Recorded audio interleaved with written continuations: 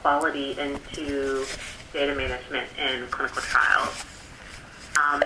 And just a little background, we are housed at the Data Coordination Unit, which is in the Medical University of South Carolina, and we are the Statistical and Data Management Center for the NET trials, as well as StrokeNet and another network called the Acute Liver Failure Study Group. And we just recently found out that we'll be the Statistical and Data Management Center for Siren. So that's sort of our expertise. And today I wanted to talk on the following topics. I'm not sure if we'll get to the third topic, but we can do our best to get as far as we can. I wanted to talk about what are the clinical trial data quality risk factors. So what are the things that really matter when we're talking about clinical trial data quality? And whenever there's a risk factor, the best thing to do to prevent that is to prevent that risk from occurring in the first place. So basically, ways to eliminate that risk from your clinical trial. And in some cases, unfortunately, we can't prevent or eliminate all of our risks, in which case we need to be able to detect and track data quality problems so we can take corrective measures on the back end. Okay, so first topic is clinical trial data quality risk factors. Okay, so good clinical practice defines what needs to be done, and then a statistician and a physician investigator will get together and define the study design. And the study design is really what you plan to do to answer your clinical questions. And then the site investigator and the study coordinator work together in order to operationalize the trial at their site. And in that case, they need to do what is planned. And then the data manager and the study coordinator work together to make sure that whatever was done is recorded. And this all needs to be done exactly in order to end up with a successful trial. And any sort of blockage along the way can really result in a failed trial. And we'll talk a little bit about why that happens in the next few slides. So if a treatment effect does exist, you should end up with a positive trial. And if a treatment effect does not exist, you're going to end up with a neutral or a negative trial. Okay? And in that case, we're really sort of representing the truth. Those are sort of successful trials because we know the answer. We've answered our clinical question. What our answer is basically representative of the truth when that happens. However, there are cases when a treatment effect does not exist, but there is a dilution of the signal. So the treatment effect between the two groups is diluted or minimized, and that can result in a negative trial. And you also have a situation where a treatment effect does not exist, but you end up with a positive trial, and that's indicative of bias or fraud. So we really want to be able to do all we can to remove the signal dilution, the bias, and the fraud, because that's giving us our false positives or our false negatives, right? And a positive result is not necessarily a successful trial. And a neutral and a negative result is not a failed trial. The goal of the trial is to find out the truth, positive, negative, or neutral. And we can do that by eliminating or reducing signal dilution, bias, and fraud. Okay, so what are some of the design issues of a failed trial? Often, almost always, recruitment is a problem. It seems like whenever you start a study, your disease has been cured and you can't find enough patients. But this can be caused by too narrow of eligibility criteria or complex study procedures for sites. So you want to make sure your eligibility criteria or, not screening out people that could potentially participate in the study. So carefully looking at your eligibility criteria to make sure they're not too narrow. And also reducing the number of study procedures for the sites. I mean, I've been involved in, studies before where the screening procedures might be 10 hours long. And just, you can really burn out your coordinators that way, and they don't want to recruit the patients. But also the patients don't particularly want to spend that amount of time sometimes participating in the study. Another design issue of a failed trial is the science is not there, so there might just be insufficient or unreliable data for the hypothesis that we're testing. There might be too many research aims. So if you have excessive clinical assessments and data collection demands on limited resources, you only have so many resources, and they have to be spread across a finite amount of the data collection demands. So really focusing in on your clinical question and avoiding all the excessive other questions that might be nice to know but aren't always necessary. Another problem can be unstable study design. So not having a well-written, detailed protocol can be problematic. Also, frequent protocol amendments where you're constantly shifting the protocol. And then, of course, the potential for bias and fraud. We want to make sure that the randomization method is not vulnerable to selection bias or assessment bias. So just to get back to the excessive trial operation procedures, we only have so many resources, and we have so much work to be done. So the more work that needs to be done, it kind of suggests a lower quality to be expected. So if you can really reduce your trial operation procedures to what is truly, truly necessary, it stands to be argued that your quality will be improved. And here's just an example that we like to use. This is RAMPART. This is a study that was done within the NET network. It was a large, simple trial treating status epilepticus in the field by paramedics. This is the case report form collection schedule for one subject, and you can see that there are 8 unique case report forms, a total of 178 data items per subject, 2 study visits. And this was a positive trial, and it won Trial of the Year award at the Society for Clinical Trials in 2013. We are very proud and happy about this study.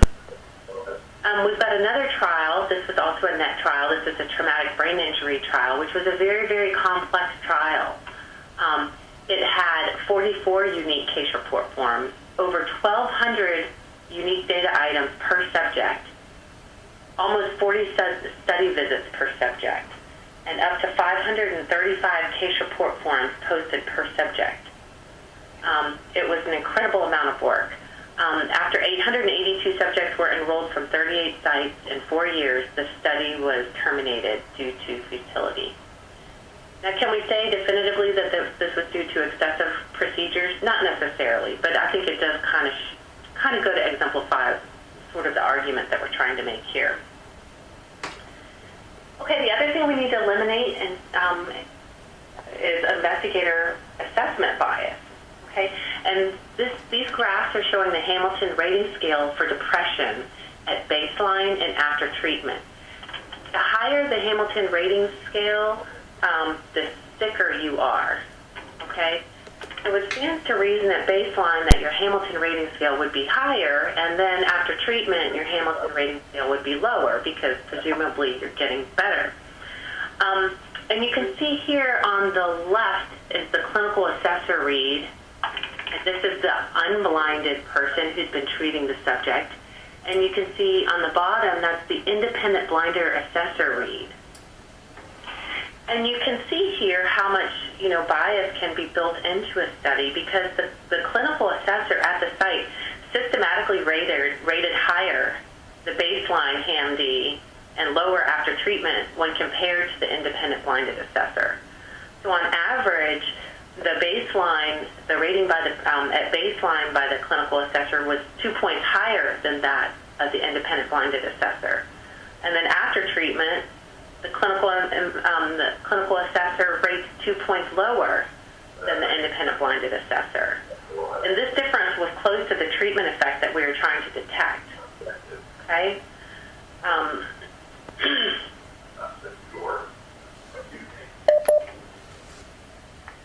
Selection bias is also something very problematic and can destroy the quality of your clinical trial.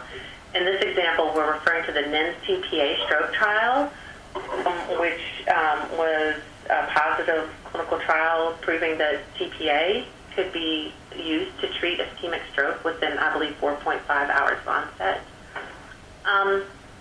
But 31 patients had randomization errors out of the whole trial.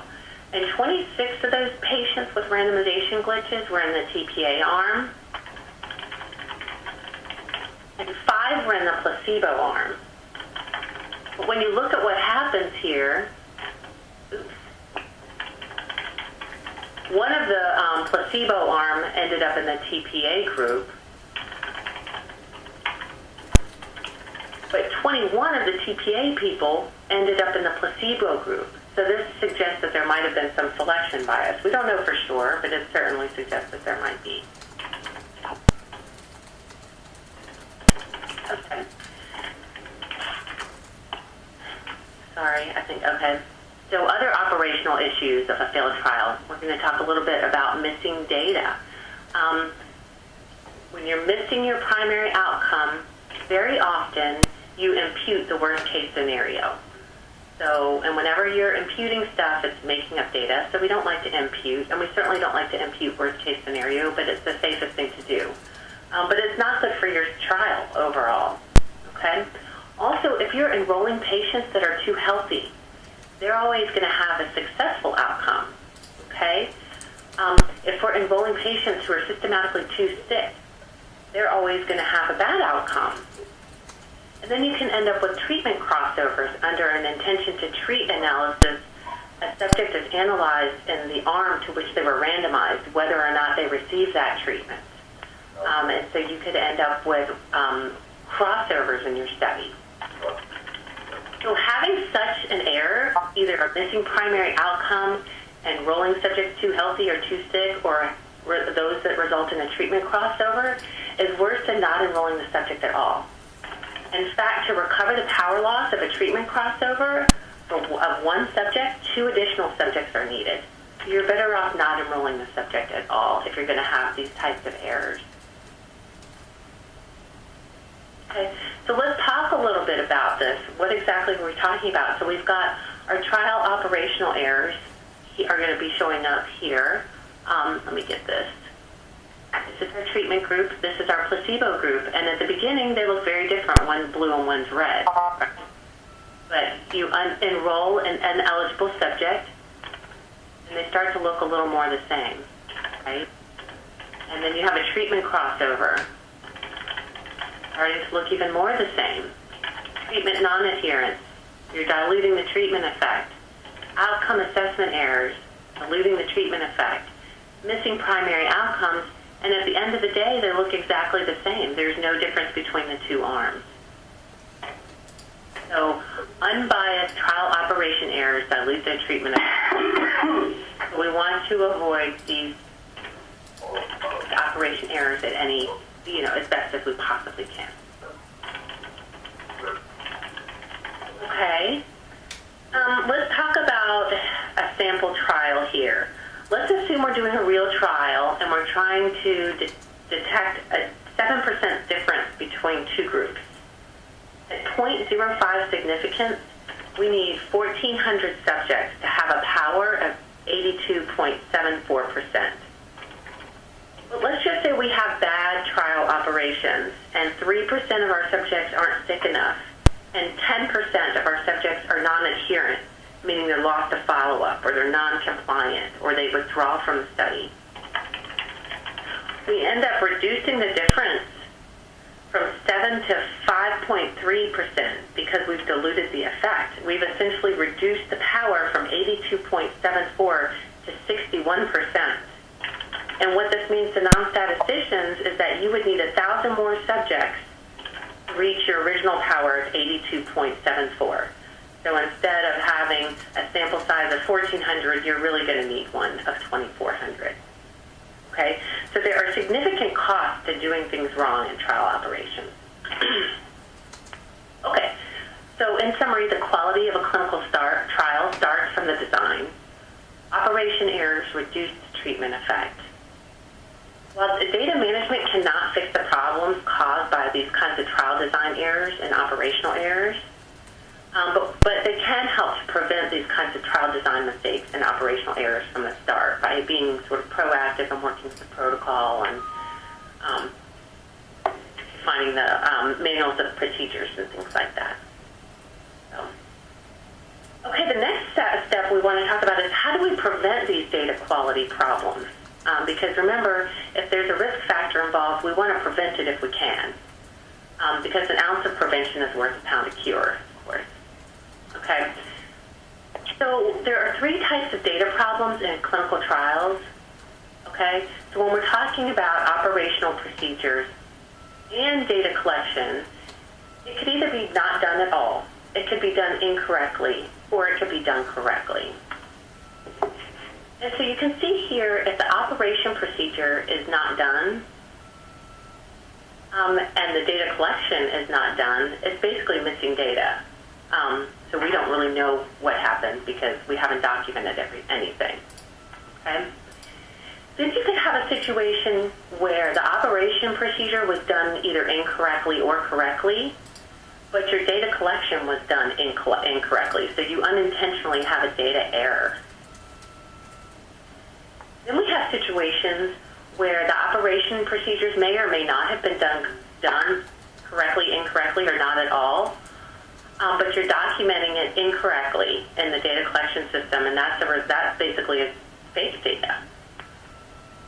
And then you have a situation where the operation procedure was not done, but you confirmed that it wasn't done, where it was done incorrectly, and you confirmed that you did it incorrectly, or you did it correctly and you confirmed that it did it correctly. And so those are all happening situations. Obviously, the green corner in the bottom right is obviously the best, but even those other 2, the confirmed missing data and the confirmed protocol violation, we can argue are not so bad because at least we're capturing the truth of what actually happened at the site. Okay, so how can we prevent missing data? I'm just going to share our strategies. We use a clinical trial management system called WebDCU to manage all of our studies done within the net. And I know that people that are developing their trials might not have access to a clinical trial management system like this, and they might be using something like REDCap or Oracle or whatever it may be. But I thought some of the strategies that we used could be applied to these other systems, so I thought that it was reasonable to sort of go through them here. The first thing we want to do is we want to prevent missing data. And how do we prevent missing data? We make sure the study visits are not skipped. And then we make sure the case report forms are not skipped. And then we make sure no data items on the case report form are skipped. Okay? We have to allow options for missing data because although we want all data items collected, in reality they won't be. And we don't want people to have to be forced to give us an answer, which is untruthful. So we want somebody to be able to say, hey, I didn't do the MRS, instead of saying, I'm going to enter a 0 for the MRS because 0 is the same as missing, which clearly it's not. So you've got to provide options for confirmation of missing data always. And the way we prevent missing study visits, is that we build a study matrix where each study subject starts from baseline and ends at the end of study visit. And the transition condition from one visit to another is clearly defined. And what this means is that the transition logic also must cover all possible scenarios. So as you can see here, if the subject, I'm sorry, I keep moving my mouse, but I realize I'm not pointing at anything. If the subject is in the hospital discharge or premature termination visit, and the subject completes the discharge visit, then they go to day 30. But if they're in the hospital discharge or premature termination visit, and they withdraw consent, or die, or complete the study early, they would go directly to end of study. So the transition logic must cover all possible scenarios and allow protocol-permitted skip visits. So for instance, if a patient, again, withdrew consent here, you want to take them directly to end of study. You don't want them posting those additional visits. I think this is probably more information than you need. I'll just skip over that. But the bottom line is that you want to be able to enforce the visit transition logic. As you can see here for this subject, we're adding a new visit for this subject, and the only options available are the hospital discharge or premature termination visit or the day 30 visit, okay? And that's because of the predefined post-visit transition logic that's been programmed in the system to ensure proper completions of the visits through the course of the protocol.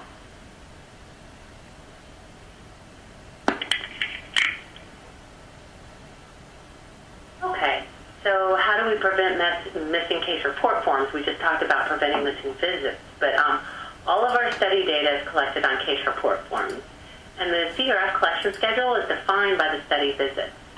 The CRFs are posted for the subject as the visit is added into the study database. And for each of our case report forms, we would define if they were required, optional, or only required under certain circumstances.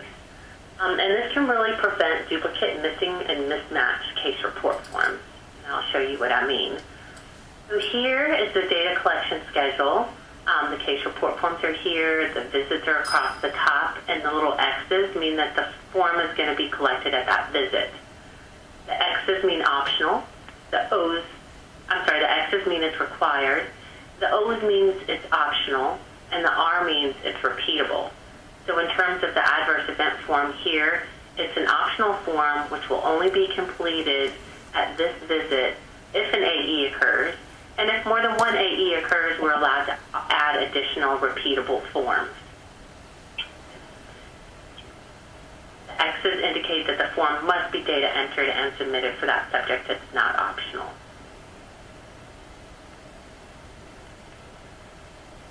So, and this allows us to clearly see what case report forms are missing from our user interfaces. So the boxes with a green check mark mean that the data have been submitted, and the empty boxes means that the data has yet been submitted. Okay? So this allows for easy monitoring and flagging of any missing data, case report forms that you may have. And then we talked about preventing missing visits. Then we talked about preventing missing case report forms. Now we're going to talk about preventing missing data items. So for each data item on a form, we will program in missing data checks. So is it allowed to be missing? Is it only allowed to be missing if you provide a reason? Do we not care because the data is completely optional? So for each data item, we sort of indicate what level of missingness is allowed for that data point. Okay, and that allows the rule message to pop up on the screen at the time of data entry to flag the missing item. Okay, so we talked about preventing missing data.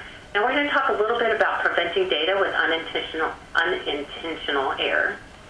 The first thing is to make your questions on your data collection forms clear and easy to answer. Create multiple choice questions with sound logic. So you want multiple choice questions that are complete and mutually exclusive. Use skip patterns to reduce data error. So if they're supposed to skip question 33, if question 32 is yes, you want to be able to control that skip pattern, because that skip pattern cannot be violated. And then use real-time logic-based rules to prevent typos. Use standard case report forms to avoid design errors and revisions. So anytime you can use a already piloted form, the better. And really try and control protocol amendments and case report form changes. And there's also opportunities to really maximize computer potential and minimize some of the less important tasks that sites might otherwise have to do. So minimizing the site workload when we can, so that the site can focus their efforts on more meaningful stuff. So, okay, so first, ask simple questions. These are all case report form questions that I've seen over the years. But the question is the baseline blood glucose less than 50 or greater than 400? Yes, no. And rather than ask it that way, the question should be, the baseline blood glucose is, right? We should just collect the raw data whenever possible. And this is so the coordinator and the monitor and whoever else doesn't have to do a translation from the source document, which indicates the raw data, into whether it fits between two variables or not. Again, how long since your last dentist visit? How many days since your last dentist visit? Much better to capture the raw data. What is the date of your last dentist visit? And of course, you always want to include units of measurement when you're asking these types of questions. This is one of my favorite questions. It said, did the patient have chickenpox or measles in the past 12 months and an ear infection in the past 6 months? And I'm just not really even sure how to answer that question if I had one or the other. So really what you should do is divide this out into 3 questions. Did the patient have chickenpox? Did the patient have measles? Did the patient have ear infection? All your multiple choice questions should have sound logic. So if the question is, what color is it? Red, yellow, black? Well, that's not very sound. First off, it's not a complete list because it doesn't mention orange, and the color is orange. So it's not a complete list. This list is way too long, and it's not necessarily mutually exclusive because you could argue that that color is dark orange and coral and tomato and orange red. So it's not a mutually exclusive list. So, you know, a more reasonable list would probably be red, orange, yellow, green, blue, violet, or something like that. You want to avoid excessive lists of options for your answer choices when you're talking about data. So if you look at this particular list here, and I don't even, if I was showing you this on my screen, I could actually scroll down and show you that the primary reason for screen failure, this list goes on and on and on. I think there's about 30 options there, okay? And what is often more meaningful, I think, would be to actually select the raw data in text format. I'll turn it down a little bit. It's just so much when you want to move around and make. So we're going to replace a long list of radio buttons with a free text field and then centrally code it afterwards. This is a very good strategy when you're not entirely sure what your answer choices should be. And then you can collect the data, code it, and then maybe come up with a code list later on during the course of your trial. Okay. You want to consider all possible responses. So when you say discharge destination, having an other specified sort of covers all those other things that we might not have thought about, okay? And also, if you're saying check all that apply, you might want to have a none of the above option to positively confirm that none of those happened. You want to define your skip pattern controls to avoid basic logic conflicts. You don't want you don't want to enter something one place and then have it conflict with something else just because there was a violation of the skip pattern. So if there's any way to enforce the skip patterns on your EDC user interface, that's great, but certainly ensure that they're marked on your data collection form. And then we've got real-time alerts for data entry errors. And these are, in addition to our missing data checks, we have alerts for, date of onset has to be prior to date of resolution. MRS4 must be between 0 and 6. Those sort of logic violation checks. And just like the missing data checks, we have different levels of validation we can set them to. So some of those things, the different levels are we can reject the record entirely if we don't like the data that's been entered. We can allow the data to be submitted, allow it to be saved but not submitted until the logic conflict has been addressed. Or we can allow the site to enter a comment and saying, hey, I know this looks funny, but this is what happened, or I did a protocol violation. So again, letting them enter what really happened is very critical. So, using validated assessments whenever possible is a great way to avoid case report form changes and, add to your scientific question. Whenever you do use a validated assessment, be sure that you document the version and the source. You're also going to want to have to check out copyright requirements to see if there's any rules associated with that. And when you're using a validated assessment, you've got to respect the integrity of the assessment. You can't make changes to the questions or the answer options, obviously. So you can't change the questions on an NIH stroke scale or the answer options. Usually what we do when a total score is needed, we allow the user to enter the manually calculated total score, and then we include a computer-derived total score as a cross-check. And then for patient-completed assessments, you're going to want to use the original paper form to collect the data and then enter the data into the EDC afterwards. Use of an electronic version requires additional validation. Now, things are changing. There's a lot of new things out there where you can actually have some of these validated assessments available on laptops and things like that. So always trying to use standards when possible. You know, we have all kinds of standards. We've got CDISC, HL7, NCI, Enterprise Vocabulary Services. We've got NINDS Common Data Elements. And we've also got the Federal Interagency Traumatic Brain Injury Research, FITBR. So using those standards, being aware of those standards, and being able to map to those standards can be very, very helpful. You're going to really want to manage changes on your case report forms. Changes on a case report form are often requested after study start. They might want to add an item or remove an item or modify the data collection schedule, add or remove answer options, add or remove data validation rules. But the general strategy is don't do it unless you absolutely have to, and the benefit is worth the cost. Whenever you modify a question, the best strategy is to keep the old question, just create a new question, and keep the old data item in the database, with the data in the database. And if you go about changing any of the response options for a question, you're going to have to query the sites or send them back for reassessment, because when they originally answered that question, that response option was not available to them. So you're going to want to consider the workload distribution always. Whenever possible, minimize the burden for the site. Try and reduce the work for Dr. P-value and maximize the workload for Microsoft SQL, so Microsoft Server, which in our case is our database. So let the computer do the work whenever possible. Let the computer trigger the rule violations and the out-of-range things. So, okay. Another thing we need to do is prevent fake data and data fraud. Okay? Fake data is created intentionally, and it destroys the validity of the clinical trial. Okay? So how do we prevent fake data? As we said earlier, it's the data manager's responsibility to get true data, whether it's good or bad. We want to know what happened at the site, not what should have happened at the site.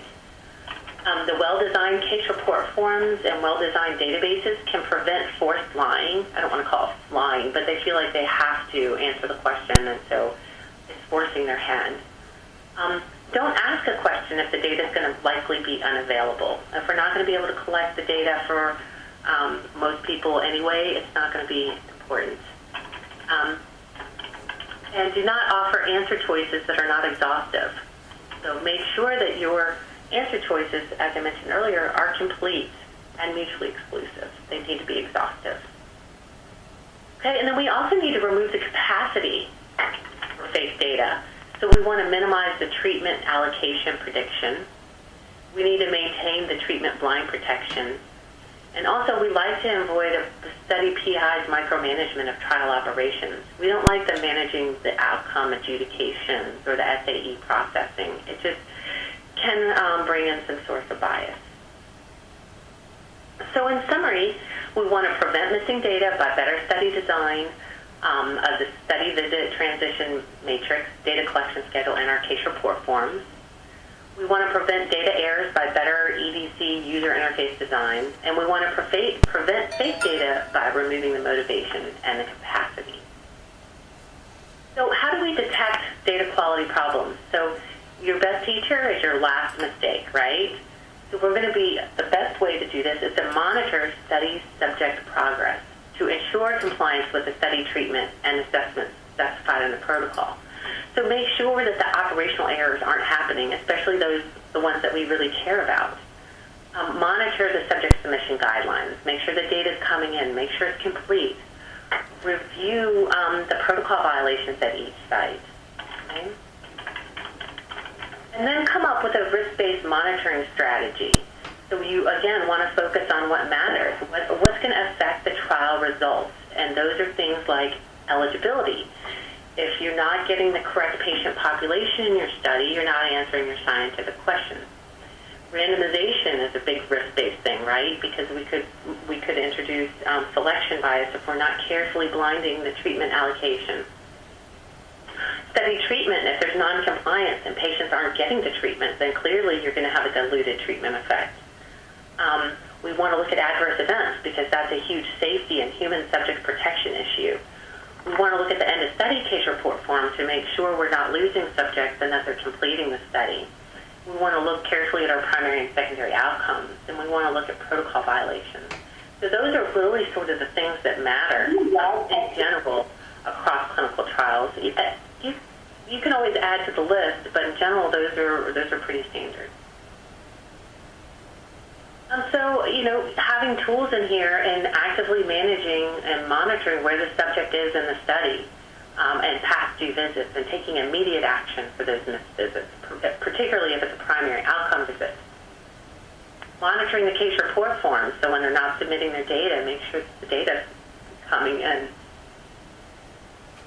Looking at protocol violations that are being documented in the site, and ask them to come up with corrective action plans. So in this case, there was an eligibility violation, and we would, in this case, want to make sure that the site came up with a corrective action and preventative action plan.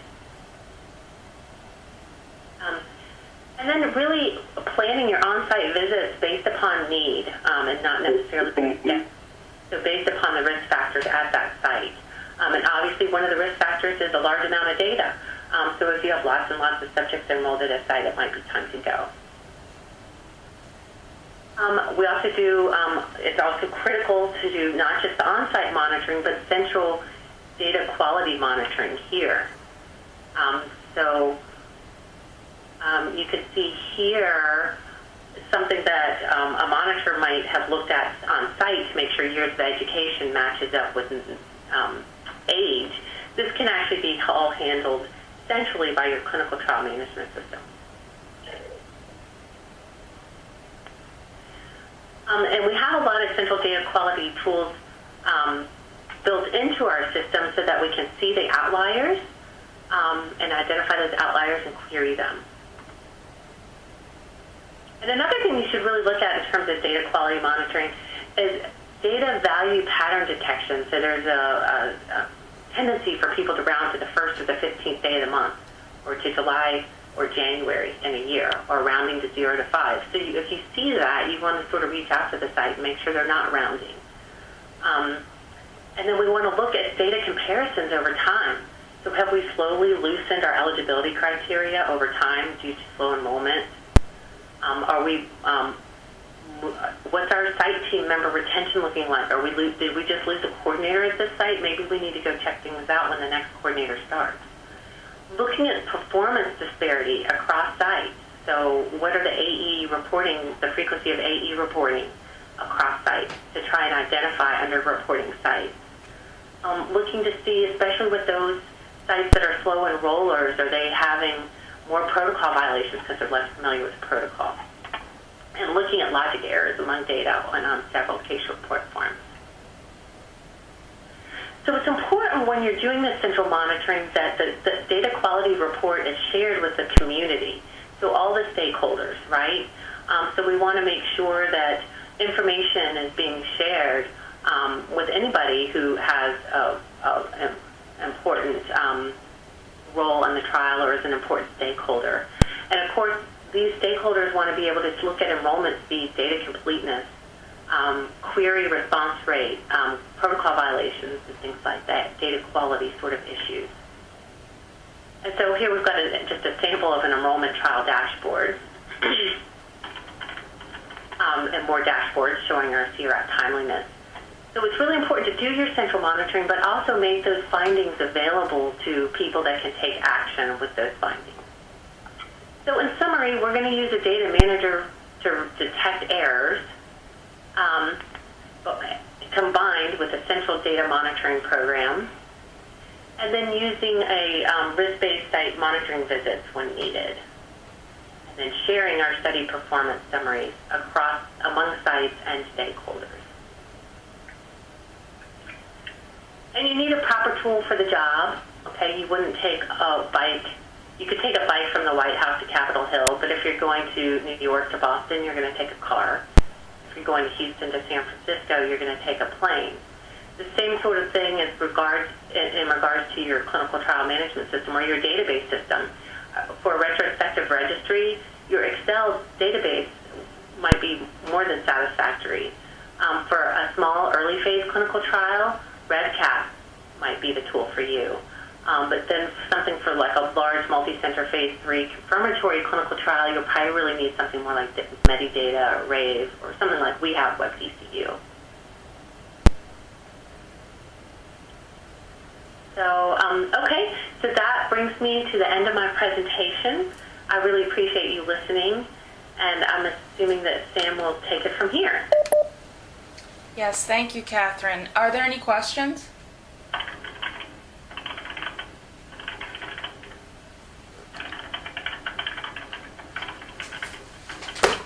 Looks like a couple are coming through in the chat box. Yes, we can send a copy of the slides.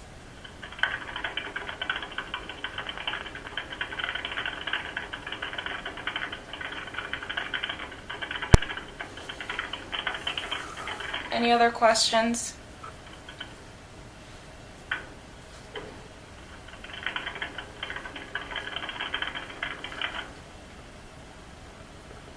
Catherine, there's a question in the chat box. Can you talk a little bit about making databases or data capture systems conform to FDA requirements? Yes, I can a little bit. I'm not an expert on this, but you know, what your database would need to comply with, it would need to be Part 11 compliant, and that means that you would need to have all kinds of things in place. One being, you know, a secure system where only authorized users can access it, an audit trail, so being able to track what user entered what when, tracking when things change during the course of the trial. There's also some requirements for electronic signatures if you're going to be using electronic signatures. I don't think you necessarily need to use them, but that's my understanding. If you look at the Part 11 compliance, it really comes down to those kinds of things. And you know, that doesn't mean that all of your studies are required to be FDA compliant, because your phase 1, you know, registry trial or whatever is not going to be, you know, managed by the FDA at all. But if you did need an FDA compliant system, I would get sort of documentation from whatever system that you're purchasing or using to make sure that they sort of checked all the boxes on their compliance. And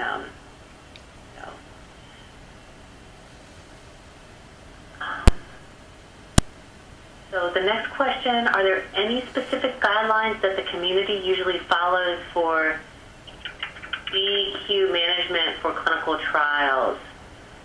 So I'm trying to think. I don't feel like there's any specific guidance out there that speaks beyond, well, DQ, data quality, DQ, I'm not sure what DQ means.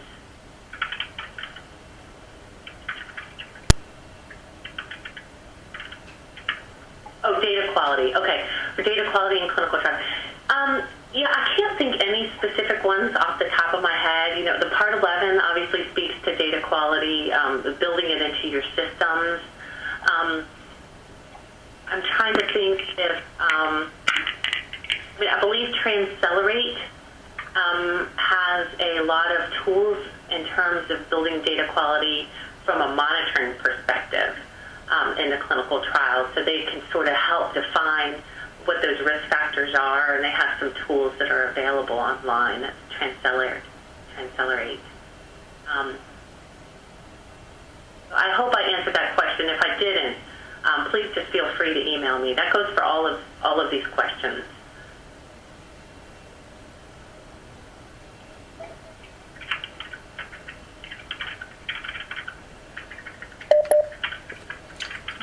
So thank you, everyone, and apologies again for the audio issues at the beginning of the webinar today.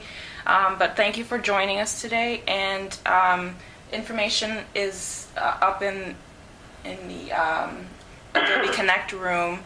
The link to the evaluation form is there. If you would evaluate the webinar just to give us feedback and help us improve the series. You can go to the bit.ly link there. You can also use the Browse To button if you're still in the chat room.